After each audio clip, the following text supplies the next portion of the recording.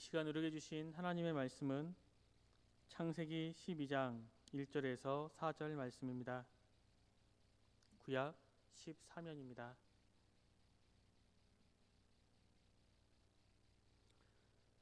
여호와께서 아브라함에게 이르시되 너는 너의 고향과 친척과 아버지의 집을 떠나 내가 내게 보여줄 땅으로 가라. 내가 너로 큰 민족을 이루고 내게 복을 주어 내 이름을 창대하게 하리니 너는 복이 될지라. 너를 축복하는 자에게는 내가 복을 내리고 너를 저주하는 자에게는 내가 저주하리니 땅의 모든 족속이 너로 말미암아 복을 얻을 것이라 하신지라. 이에 아브라함이 여호와의 말씀을 따라갔고 롯도 그와 함께 갔으며 아브라함이 하란을 떠날 때에 75세였더라. 아멘.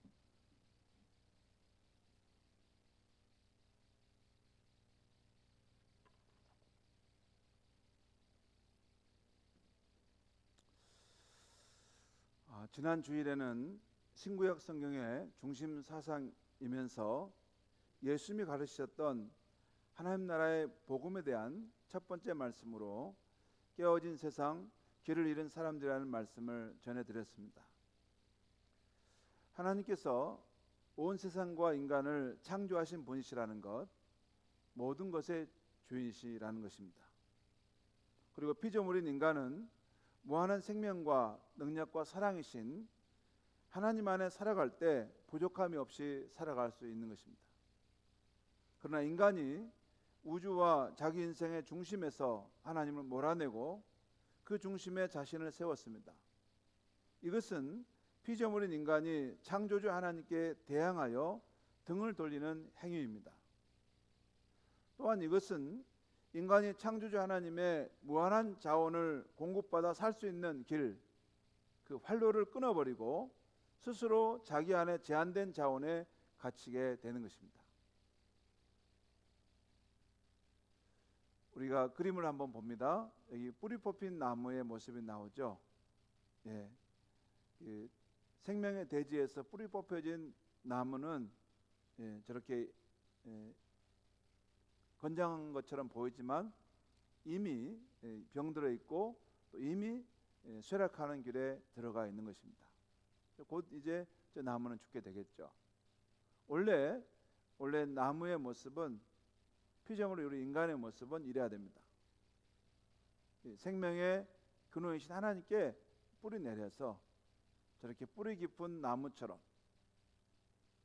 그 푸르름과 싱그러움을 유지하며 사는 것이죠. 여러분, 저 나무가 푸르름과 건강함을 유지하는 힘의 동력이 어디서 나옵니까? 생명의 대지로부터 오는 이런 자연분과 귀한 은혜를, 이렇게 힘을 공급받을 때 저렇게 살아갈 수 있는 것이죠. 그런데 우리가 생수의 근원인 하나님을 떠나게 될 때 스스로 자기 안에 있는 제한된 자원에 갇히게 되는 것입니다. 우리 장로님들과 안수집사님들이 교육관 4층 옥상에다가 텃밭을 만들어 주셨습니다. 그래서 여러 성도님들과 또 저도 땅 한 부분을 경작하는데, 거기다 이제 고추, 상추, 또 방울토마토, 가지, 여러 가지 수박도 심어놨습니다. 심어놨는데 이제 한 가지 고민이 생겼어요. 다 잘 자라는데 거기에 방울토마토가 생육이 아주 왕성하게 자랍니다. 그래서 좁은 공간인데 주변에 있는 나무들에게 영향을 미쳐서 다른 것을 자라지 못하게 하는 것이에요. 그래서 어떻게 할까? 어떻게 하지? 그러다 결단했습니다. 방울토마토 그것을 좀 이렇게 가지치기를 좀 해야 되겠다. 그래서 여기저기 가지치기를 해서 그 밭 옆에다 이렇게 던져 두었습니다. 그런데 아침에는 이렇게 방울토마토 그 채소들이 힘있게 이렇게 뻗어 나 있는데, 싱그럽게 나 있는데 땡볕이 비치는 이게 즈음에 점심 때 다시 한번 보니까 이게 기가 다 빠져가지고 다 죽어 있는 모습으로 옆에 있는 거예요. 왜 그럽니까? 원래 이게 줄기에서 이렇게 붙어 있어야 되는데 이 가지가 떨어져 나가서 한쪽에 버려져 있기 때문에 자기 안에 제한된 자원을 가지고 살아가야 되는 것이죠. 그러니까 그 안에 뭐가 있긴 있는데 지금 말라가고 있는 것입니다. 이렇게 생수의 근원인 하나님을 떠나게 되면 우리가 자유로운 것이 아니라 자기 안에 제한된 자원에 갇히게 된다는 것입니다. 그 결과 인류는 그래야 100년이라는 제한된 시간을 살아가고 그래서 늙고 병들고 죽음에 처하게 됩니다. 또한 그 인류의 지혜가 제한되어 있기 때문에 내일 무슨 일이 일어날지 몰라서 불안과 염려에 사로잡히게 됩니다. 뿐만 아니라 인간의 힘이 제한받기 때문에 인생의 어떤 중요한 일을 만났을 때 그것을 이렇게 해결하지 못하고 실패와 좌절에 빠지게 되는 것입니다. 또 인간의 사랑이 제한되어 있기 때문에 사랑과의 갈등 속에서 고통을 당하게 됩니다. 이게 제한된 자기 사랑으로 이것을 이게 사랑을 일구려고 하니 됩니까? 이게 안 되죠.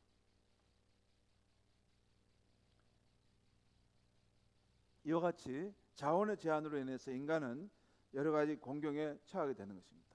이것이 생수의 근원인 하나님을 떠난 인간의 실존인 것입니다. 또한 이 자기 안에 자원이 이렇게 갇히게 되면서 본능적으로 빈곤함을 느낍니다. 그러면서 남의 자원을 빼앗는 길을 추구하게 되는 것이죠. 힘이 약할 때는 그렇게 못하지만 힘이 있을 때는 자기보다 약한 사람의 것을 빼앗으려는 그런 일을 행하게 되는 것이죠. 그 결과 모든 사람들은 자원을 차지하기 위해서 사회가 치열한 생존 경쟁에 의해서 약육강식 적자 생존의 세계가 되어가는 것입니다. 목사님 무슨 말씀이에요? 아이고 우리 현 문명인들이 그렇게 살지는 않죠. 아닙니다. 그렇게 살 수 있습니다. 문명인들이 그렇게 살지 않는 이유가 어디인지 아세요? 그렇게 못하도록 제도와 법을 만들어 놨기 때문에 그렇습니다. 여러분 우리 스스로가 문명인이 아닙니다. 문명인이라는 것은 인간의 본성은 힘을 가지고 남의 것을 이렇게 더 약한 사람의 것을 이렇게 누르고 가져가려고 하는 그런 본성이 있는 건데 그걸 알고 이 국가가 법을 만들고 제도를 만들어서 그 선을 넘지 못하게 하는 것입니다. 그런데 여러분 어떠신가요? 권력층에 힘 있는 사람들은 그걸 피해가면서 계속 그걸 자기의 힘을 발휘해서 이윤을 착취하지 않습니까? 그걸 우리 매스컴인들 보는 거 아니에요? 그렇습니다. 그러니까 생수의 근원인 하나님을 떠나게 되면 자원의 빈곤함을 느끼게 되고 자기 나름대로 살아야 되는데 이게 불안한 거예요. 그래서 어떤 것을 힘을 가지고 남의 것을 이렇게 가져와서 자기 삶의 방책을 세우려고 하게 된다는 것입니다.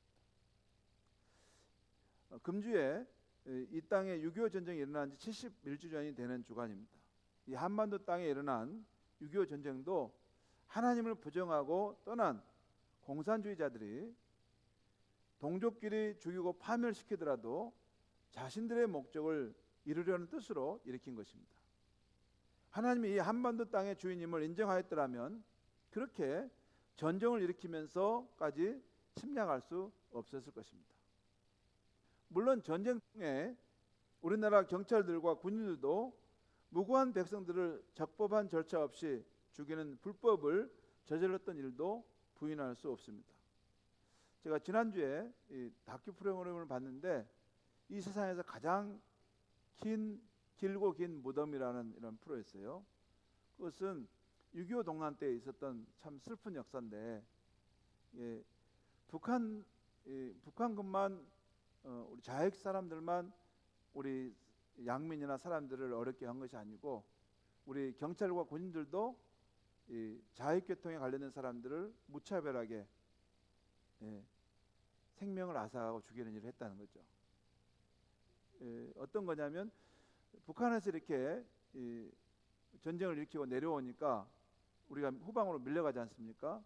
그래서 이제 대전도 지킬 수 없어서 밑으로 내려가려고 하니까 대전 형무소에 좌익 인사들이 많이 거기 있었답니다. 그런데 이 사람들 어떻게 할까 하다가 결국 다 죽이고 간 거죠. 1800여 명에 해당하는 사람들. 그 가운데 좌익 인사들도 있었지만 무고한 양민들도 이게 어떻게 들어가 있었는데 적법한 절차 없이 그냥 다 죽이고 내려간 거예요. 여러분, 생명의 근원인 하나님을 떠나면 이렇게 스스로의 방책으로 그걸 살아갈 수 있는 힘이 없기 때문에 불안하고 그래서 사람이 이상한 행동을 합니다. 인간으로서 넘어서는 안 되는 그 길을 가버린 거죠. 아무튼 인간이 생수의 근원인 하나님을 버릴 때 자기 안에 제한된 자원에 갇히게 되면서 인간은 여러 가지 공경을 피할 수 없게 되는 것이죠. 자, 그렇다면 이 인간의 근원적인 문제를 해결하기 위해서 인간은 어떤 노력을 해왔을까요? 어느 시대, 어느 문화권을 봐도 인류는 다양한 노력을 해왔습니다. 크게 세 가지 정도를 말씀드리려고 하는데, 한 가지는 신을 찾는 과정이고, 또 한 가지는 자신이 신이 되려고 하는 과정이고, 또 한 가지는 신을 아예 없애버림으로 인간이 유토피아 세상을 만들려고 한 것이에요. 세 가지를 잠깐 보겠습니다. 첫째는 인간이 자기를 지켜주고 구원해줄 신을 찾으려는 종교적 행위입니다. 우리나라의 성황당과 같은 샤머니즘 신앙이나 일본이나 인도 사람들이 믿는 수많은 신들이 바로 그런 인간의 시도들입니다. 여러분, 저희 성황당입니다. 그 마을 앞에 시골에 가면 저런 게 있죠. 여기 가서 뭐 이렇게 해서 복을 빌고 화를 피하려고 하는 것이죠. 일본에 가면, 일본에도 교토에 가보면 어디를 가든 거기 보면 이게 신사, 이게 뭐 제사를 드리는 그것이 이게 있어요. 그래서 거기 지나가면 항상 기본적으로 얼마를 내고 이렇게 하고 가는데, 그것은 일본 사람들은 어느 지역이나 그 지역을 관할하는 귀신이 있다는 거예요. 귀신을 잘 받들지 않으면 해를 입을 수 있다는 것입니다. 물론 잘 받들면 복을 받는다고 생각하는 거죠. 이전에 있었던 교회, 제가 섬겼던 교회에 한 장로님이 계셨는데, 그분이 젊을 때 경험한 이야기입니다. 그분이 한 마을 입구에서 서 있던 오래된 당산나무가 벼락을 맞아 쓰러져 있는 것을 보게 되었습니다. 그런데 마을 사람들이 무서워서 아무도 손을 대지 못했습니다. 왜냐하면 그 당산나무 아래에서 마을 사람들이 구슬을 했고 제사를 드렸기 때문입니다. 그래서 그걸 벼락을 맞은 당산나무인데, 여러분 당산나무 보면 거기다 막 줄을 쳐놓고 거기다 막 빨간 줄 막 이렇게 빨간 천, 그다음에 하얀 천 이런 거 달아놓잖아요. 그래서 뭐 하고 이렇게 하는 거. 근데 그게 벼락을 맞은 거예요. 그래서 아무도 손을 못 대는 거예요. 그래서 그 장로님이신 분이 젊을 때 내가 저걸 그럼 가져가면 되겠어요 했더니, 이거 어서 가져가더라고. 괜찮다고 가져가더라고. 그래서 그 장로님이 자기 뭐 이렇게 어떻게 해서 다 자기 집으로 가져가셔서 그 겨울에 그 나물 장작을 잘 패서 이렇게 따뜻하게 그 겨울을 잘 보냈답니다. 그렇게 했어도 그 다음에 아무 일이 없었답니다. 잘 건강하게 잘 살아오셨죠. 아무튼 인간은 약하기 때문에 자기를 지켜주고 구원해줄 신을 찾으려는 종교적 행위를 계속 하는 거죠. 두 번째는 자기 수행과 고행을 통해서 세속의 모든 업보와 고통에서 해탈하려는 것이에요. 지금도 불교에서는 여름과 겨울이 되면 하한거, 동한거라고 해서 이렇게 다른 활동을 않고 면벽 수용하러 들어갑니다. 깊은 곳으로 들어가요. 거기서 자신을 번민하게 하는 화두를 내걸고 면벽 수행을 하면서 깨달음을 얻습니다. 그리고 어떤 구원함을 받는 과정을 가요. 그런데 여러분, 우리나라 불교에서 가장 존경받는 스님인 성철 스님인데 그분이 돌아가시기 전에 이런 말을 했어요. 자신이 쌓은 죄가 수미산보다 높다라는 말씀을 했습니다. 그러면서 자신은 이제 무간지옥으로 간다라고 떨어진다라고 하고 생을 마쳤습니다. 실제 그분이 하신 말씀이에요. 여러분 무슨 말씀입니까? 존경받는 스님이었지만 자신의 죄를 스스로 해결할 수 없었다고 고백한 것입니다. 그 사람은 본성상 죄인으로 죄의 문제를 극복할 수 없다는 것을 깨달았다는 거예요. 밖에 있는 죄는 이렇게 어떻게 해보는데 그 마음속에 있는 죄의 본성, 죄의 뿌리는 이게 내가 어떻게 할 수 없다. 이게 가만히 있는데도 내 마음속에 남과 비교하고 남 미워하고 또 남을 부정하는 마음이 내 안에 있더라는 거죠. 여러분 일찍이 출가한 성철 스님이 일생 동안 수도하셨던 분인데 그분이 결국 자신의 죄의 문제를 해결할 수 없어서 지옥에 간다면 우리는 어떻게 했습니까? 인간이 아무리 자기 노력으로 수양과 고행을 해도 흰눈처럼 말끔하게 죄를 씻을 수 없는 것이 인간 종교의 한계인 것입니다. 여러분 그런데 우리 기독교에는 그러죠. 이 죄의 문제를 해결하는 길이 있지 않습니까? 하나님 보내신 구원자인 예수님이 정말 나의 죄를 위해 십자가에 속죄하셨다는 것을 우리가 진실로 믿을 때 내 죄가 깨끗이 용서받는다는 것을 우리는 경험하지 않습니까? 물론 값싸게 값싼 은혜로 그냥 용서받았지 그거 아닙니다. 진정으로 자신의 죄를 회개하면서 내가 앞으로는 하나님이 정말 다스리는 삶을 살아야 되겠다. 뉘우치고 예수님의 십자가를 나를 위한 속죄로 받아들일 때 그의 죄가 용서받는 것을 우리는 경험하는 우리는 신앙을 갖고 있다는 것이죠. 그렇죠. 불교에는 그것이 어려워요. 근데 기독교는 훨씬 용이하게 하나님이 우리에게 주시는 은혜가 있다는 것입니다. 또 세 번째 인간이 노력한 것은 어떤 노력을 했냐면 이것은 하나님 자체를 신을 부정하는 그런 방법으로 인간의 길을 간 건데 과학이나 지적 탐구를 통해서 신이 없다고 주장하면서 인간의 힘으로 유토피아를 이루려고 하는 것이었습니다. 영국에 스티븐 호킹 박사라는 분이 있어요. 지금은 돌아가셨는데 우리 시대의 최고의 천체 물리학자였습니다. 아인슈타인의 버금가는 그럴 만한 인물이라고 했어요. 그가 세상을 떠날 즈음에 자신이 무신론자임을 밝히면서 신이 존재하지 않아도 우주 탄생을 이야기할 수 있겠다라고 그런 말을 합니다. 그렇게 말을 해줬어요.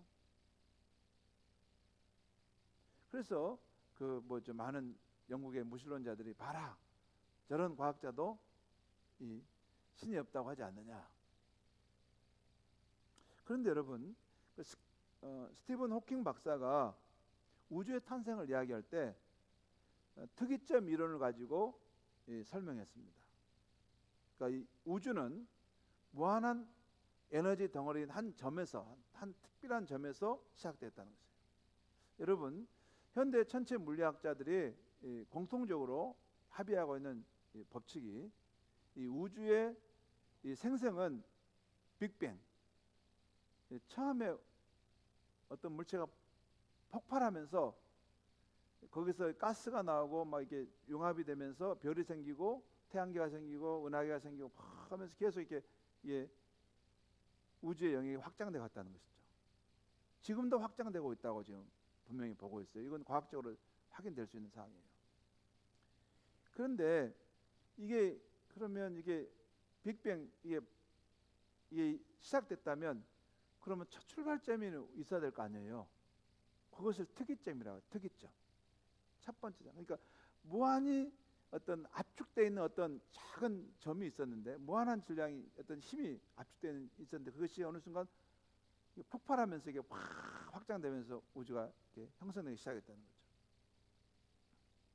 그런데 이 스티븐 호킹 박사님이 설명하기를, 이 우주 탄생을 3분 후부터는 그분이 설명해 내겠는데 처음 3분이 어떻게 되었는지 모르겠다는 것입니다. 그런데 이 처음 3분, 빅뱅이 일어날 때 처음 3분이 이게 어떻게 됐는지는 현대 천체 물리학자들도 누구도 설명을 못합니다.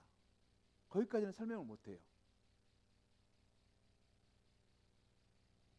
그러니까 이 우주가 한 점에서 큰 폭발로 팽창했다는 것을 알겠는데 그 처음 3분은 어떻게 그 처음에 그 한 점이 생겨나게 되었고 또 그 한 점이 폭발해서 팽창해 나갔던 것인데 그건 알 수 없다는 것이죠.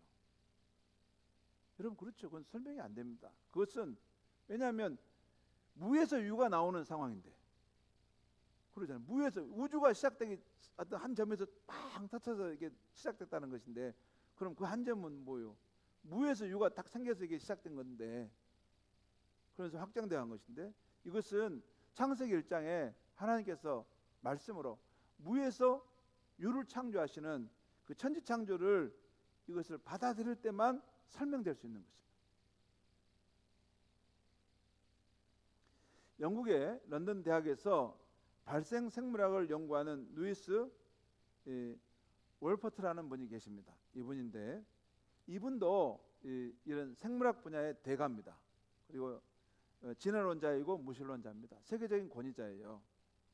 근데 이분은 사람이 종교를 갖는다는 것은 지식이 부족하기 때문이고 무언가 허상을 두고 그것을 믿고 따른다고 말합니다.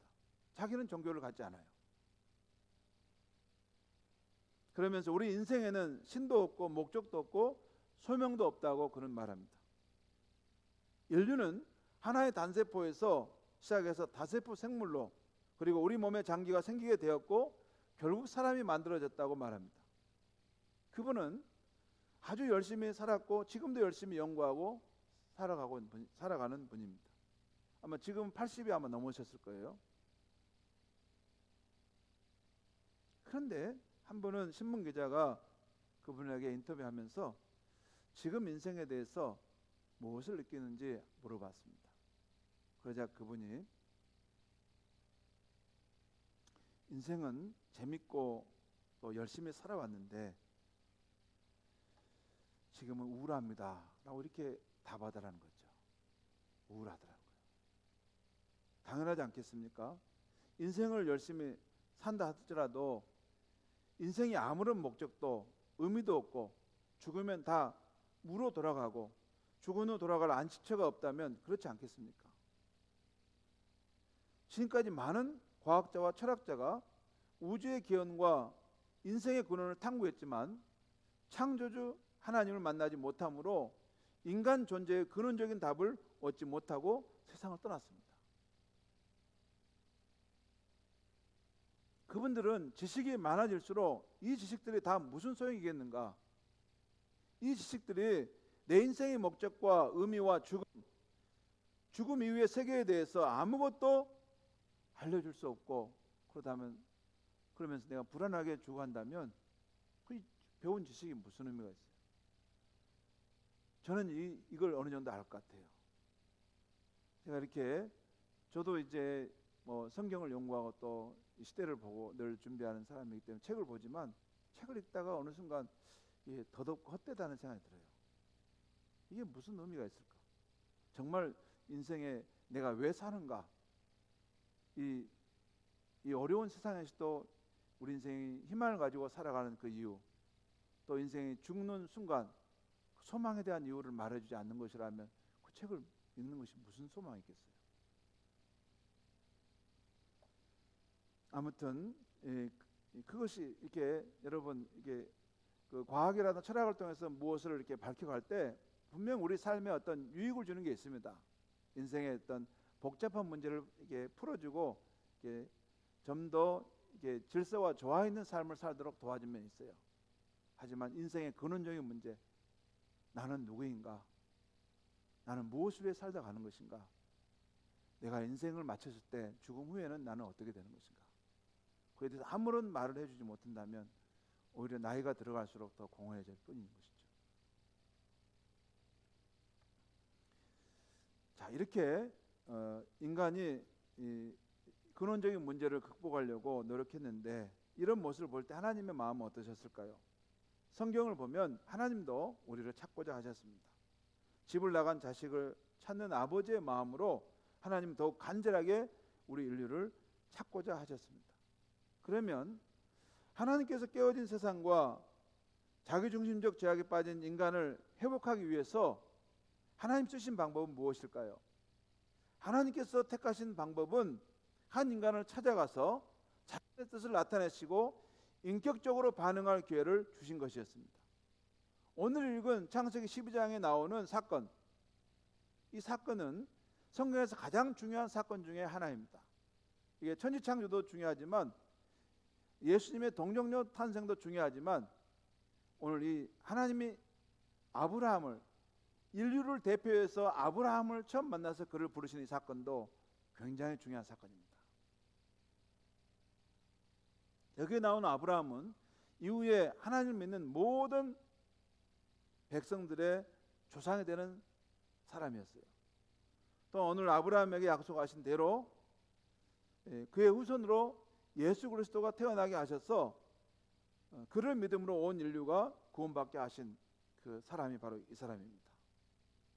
신약성경 마태복음 1장 1절에 문을 열면 여러분 구약과 신약이 딱 연결되는 것이 나오는데 1장 1절에 딱 이렇게 나와요. 아브라함과 다윗의 자손 예수 그리스도의 계보라, 족보라고 말했죠. 무슨 말씀이냐면 구약에 있는 이 아브라함의 이 후손으로 예수님이 오셨고 예수님이 인류를 위한 구원자의 삶을 살다 가셨다. 그 이야기가 이제 신약에 펼쳐지는 거죠. 그러니까 그 첫 시작이 예수님의 이 땅에 오셔서 구원의 역사를 이루시기 위한 그 첫 시작이 언제부터 시작됐냐면 바로 오늘 하나님께서 아브라함을 찾아와 부르시는 이 사건에서부터 시작된 거란 말이에요. 오늘 1절부터 4절까지 말씀을 한번 읽겠습니다. 같이 읽겠습니다. 1절 읽게 시작. 여호와께서 아브라함에게 이르시되 너는 너의 고향과 친척과 아버지 집을 떠나 내가 내게 보여줄 땅으로 가라. 또 읽겠습니다. 내가 너로 큰 민족을 이루고 내게 복을 주어 내 이름을 창대하게 하리니 너는 복이 될지라. 또 읽겠습니다. 너를 축복하는 자에게는 내가 복을 내리고 너를 저주하는 자에게는 내가 저주하리니 땅의 모든 족속이 너로 말미암아 복을 얻을 것이나 하신지라. 여기 보면 땅의 모든 족속이란 말은 이걸 표준세번역에 보면 땅의 모든 민족이 너로 인해서 복을 받게 될 것이다 그 말이에요. 자, 그런데 이게 하나님이 그에게 인격적으로 찾아와서 하신 말씀인데, 자 4절 말씀 보겠습니다. 시작. 이에 아브라함이 여호와의 말씀을 따라갔고 롯도 그와 함께 갔으며 아브라함이 하란을 떠날 때 75세였더라. 여러분 이 사건을 보면 하나님께서 어느 날 아브라함을 찾아가서 자신의 뜻을 나타내시고 인격적으로 부르시는 것을 보게 됩니다. 이런 거예요. 여러분 이 말씀은 이런 뜻입니다. 아브라함아, 내가 너를 통해서 세상이 복을 받게 할 것이다. 그러니 너는 나를 믿고 너의 고향과 아버지 집을 떠나서 내가 인도할 땅으로 가자. 그 말씀이에요. 여러분 그 말씀이 이렇게 지금 표현되어 있는 것입니다. 그런데 오늘 본문에 보면 하나님께서 아브라함에 나타나 이렇게 인격적으로 부르시는데 아브라함이 그 부르심에 인격적으로 반응하고 나서는 것을 볼 수 있어요. 그것이 오늘 보면 4절에 나오죠.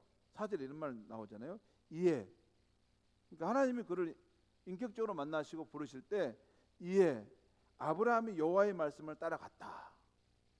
이전에 개역 성경에는 아브라함이 여호와의 말씀을 쫓아갔다 이렇게 표현합니다. 여러분 아브라함이 바로 갔을까요? 그도 우리와 같은 인간이었기 때문에 분명 그 선택의 상황에서 얼마간 고민했을 것입니다.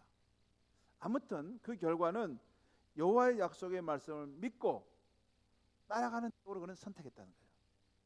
그리고 그의 선택이 그의 인생의 운명을 결정했다는 거예요. 성도 여러분, 여기서 아브라함이 보인 반응이 매우 중요합니다. 아브라함은 하나님을 다 알지 못했습니다. 처음인데 어떻게 알겠어요? 그리고 잘 몰랐습니다. 그러나 자신을 찾아와 말씀하신 하나님을 신뢰했습니다. 그리고 그 하나님을 따라 이 순례의 길을 시작한 것입니다. 이것이 아브라함의 믿음입니다. 하나님에 관해 꼭 다 알아야지, 하나님에 대한 지식이 내가 다 있어야지 하나님을 따르겠다, 그게 아니고 하나님에 관해서 다 알지 못하지만 내가 아는 만큼이라도 진실하게 반응하는 것, 그것이 믿음인 것입니다. 여기에 인간이 하나님과 인격적인 관계를 맺는 중요한 원리가 여기 나와 있는 것이에요.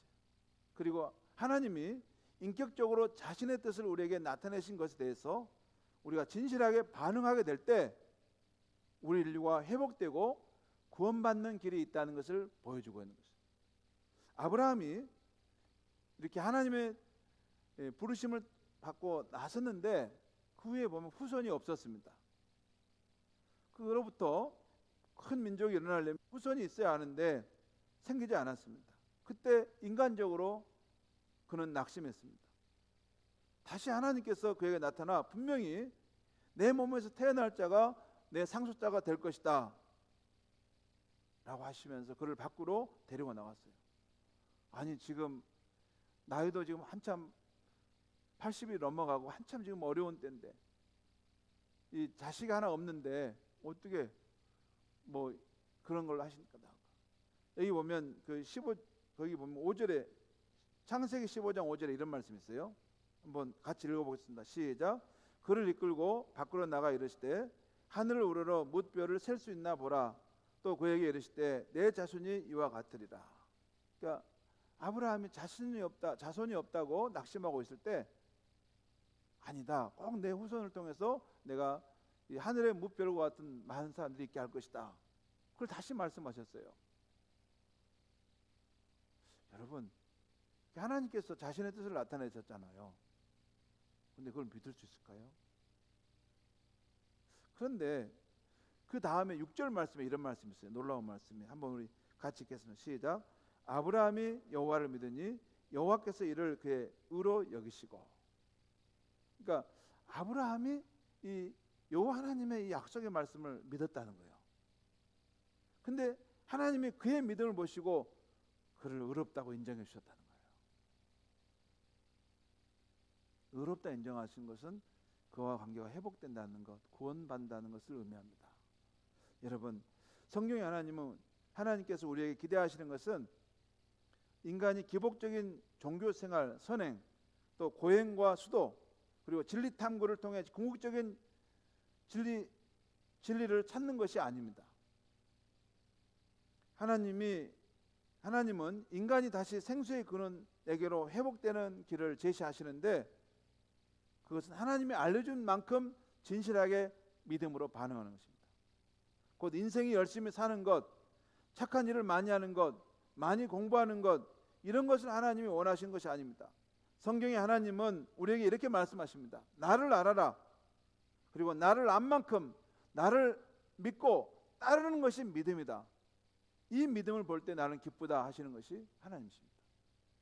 여러분, 우리가 건강한 부모라면 자녀들이 부모를 사랑하고 존중하면서 인격적인 관계를 맺고 사는 것을 원할 것입니다. 부모를 무시하고 없는 눈 여기며 부모의 뜻은 아랑곳 하지 않고 자기 혼자 성공하는 자녀를 본다면 그가 아무리 성공했더라도 슬플 것입니다. 하나님도 같으십니다. 하나님도 인간과 인격적인 관계를 맺기를 원하시는 것이죠. 인격적인 관계란 하나님께 대해서 안 만큼 진실하게 반응하는 것을 말하는 것이죠. 이것이 믿음입니다. 이 믿음은 하나님이 깨어진 세상, 길을 잃은 사람들을 회복해 가실 때 쓰시는 가장 중요한 방법이에요. 하나님이 우리에게 자신을 나타내시고 우리에게 구원의 길을 보여주실 때 그래서 진실로 반응하는 것이에요. 성도 여러분, 이 등산하는 사람에게 익숙한 단어가 있습니다. 이 링반대룽이라는 말이에요. 링반대룽. 그래서 이게 독일어인데요. 독일어인데 링이란 말은 이 둥근 원을 말해요. 그리고 반대룽은 이게 걷는다라는 것이에요. 근데 걷는데 산에서 가는데 계속 이 둥근 원을 계속 돌고 돈다는 거예요. 이것은 밤이나 악천후를 산에서 만났을 때 길을 잃고 뭐냐면 자기가 분명히 이제 이 산에서 내려가 마을로 간다고 생각하는데 계속해서 그 산 주변에 그 원을 그리면서 제자리를 맴도는 현상을 링반대롱이라고 해요. 끊임없이 무언가를 시도하는데 실패를 반복할 때 링반대롱 현상에 빠졌다라고 말합니다. 이게 링 반대롱, 이게 원 안에서 계속 돌고 있다는 거예요. 어쩌면 인류가 하나님을 떠난 이후 더 나은 방향을 찾아보려고 시도했지만 실상은 계속 실패하는 것과 같은 것이었습니다.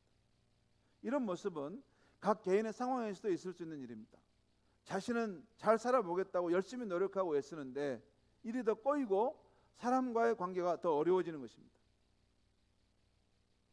여러분 그걸 안 해요? 나는 잘해보려고 하는데, 가정에서도 나는 행복한 가정을 이루려고 하는데, 나는 열심히 뭔가 해보려고 하는데 이게 자꾸 일이 꼬이고 더 관계가 어려워지고 이게 삶이 힘들어집니다. 왜 그럴까? 왜 내 선한 의도와 달리 이렇게 인생이 갈까? 그렇게 되면 인생이 링반대롱 상황에 빠진 것하고 같습니다. 그때는 내 안에서는 안 되고 외부에서, 내 밖에서부터 구원의 손길이 나를 도와주기 위해서 와야 되는 것이에요.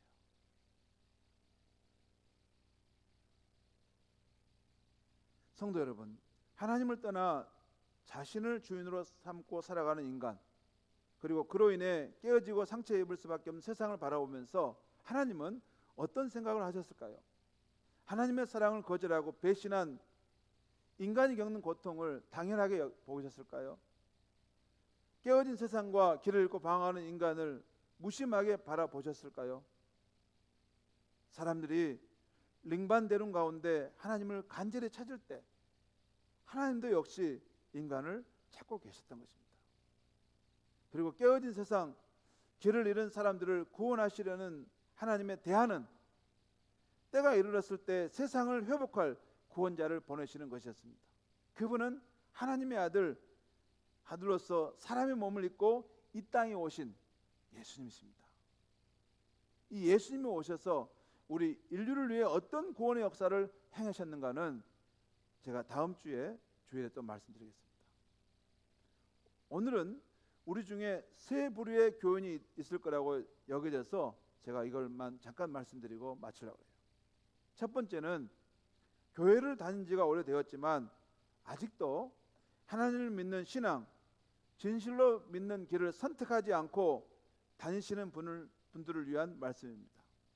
그분들은 꼭 생각해 보시기 바랍니다. 우리가 하나님을 믿든지 믿지 않든지 우리의 믿음이 하나님의 존재와 영광에 아무런 영향을 주지 않습니다. 다만 우리에게는 하나님의 회복의 길을 따를 것인가, 아니면 하나님을 떠나 내 생각대로 살다가 인생을 마칠 것인가, 두 가지의 선택지가 있다는 것입니다. 그리고 이 상황에서 마음을 정해 하나님을 믿는 쪽으로 선택하는 것이 좋다는 것을 말씀드리는 것은, 그쪽으로 가는 길이, 하나님을 믿고 따르는 길이 우리 인생에 덕이 되는 것이 많기 때문입니다. 덕이 되는 것이 많습니다. 여러분이 아직까지 이렇게 확신이 안 돼가지고 하나님 믿는 길을 내가 딱 몸담고 가지 못한 분은 제 말씀 믿고 한번 몸을 담가보고 와주세요. 그리고 저한테 도움을 요청하면 정말로 그 길을 가는 길이 얼마나 풍성하고 얼마나 좀 보람차고 얼마나 매력적인 삶의 길인지는 제가 차차 설명해 드리겠습니다. 두 번째 말씀드리는 것은, 하나님 교회를 다니고 또 하나님을 믿는다는 선택은 했지만 여전히 세상의 중심이 하나님이 아닌 내가 중심인 삶을 사는 분들에게 말씀드립니다. 그렇게 살면 하나님을 믿어도 인생이 공고하고 행복해지기 어렵습니다. 그런 분들은 이제는 마음을 바꿔서 더욱 온전히 하나님이 내 삶의 중심이 되어 다스리도록 하시기 바랍니다. 제가 진실로 드리는 말씀이에요. 물론 하나님이 세상의 중심이라고 해서 내가 없는 것이 아닙니다. 내가 분명히 주체로 살고 내 뜻도 있고 내 원함도 있습니다. 그러나 하나님이 세상의 중심이라는 것은, 그걸 믿는다는 것은 자꾸 하나님의 주권과 뜻을 내 뜻보다 더 받들어 살려고 하는 삶의 태도입니다. 그렇게 하면 되는 것입니다. 그리고 기묘한 것은, 정말 기묘한 것인데, 그렇게 하나님의 주권을 인정하는 삶을 살다 보면 내가 아무것도 할 수 없다고 여겨질 때, 나는 제로 포인트, 나는 더 이상 소망이 없구나, 그 자리에서 그때부터 하나님은 놀라운 역사를 일으키기 시작하신다는 것입니다. 내가 생각하지 못한 살 길을, 구원의 길을, 회복의 길을 행하시는 분이 하나님이 주인된 삶의 모습입니다. 그리고 세 번째는 어느 정도 하나님의 주권이 내 삶에 이루어진 분들에게 드리는 말씀입니다. 그런 분들은 이제 눈을 돌려서 내 주변에 생수의 근원 되신 하나님을 알지 못하고 살아가는 분들에게 관심을 가져주시기 바랍니다. 특별히 믿음이 없는 가족들에게, 여러분 믿음이 없는 배우자나 또는 자녀들에게, 부모님들에게 여러분 좀 과장해서 오버해서 전하셔도 돼요. 우리가 이 가는 길은 생명의 길이고 정말 우리 인간에게 소망이 되는 길입니다.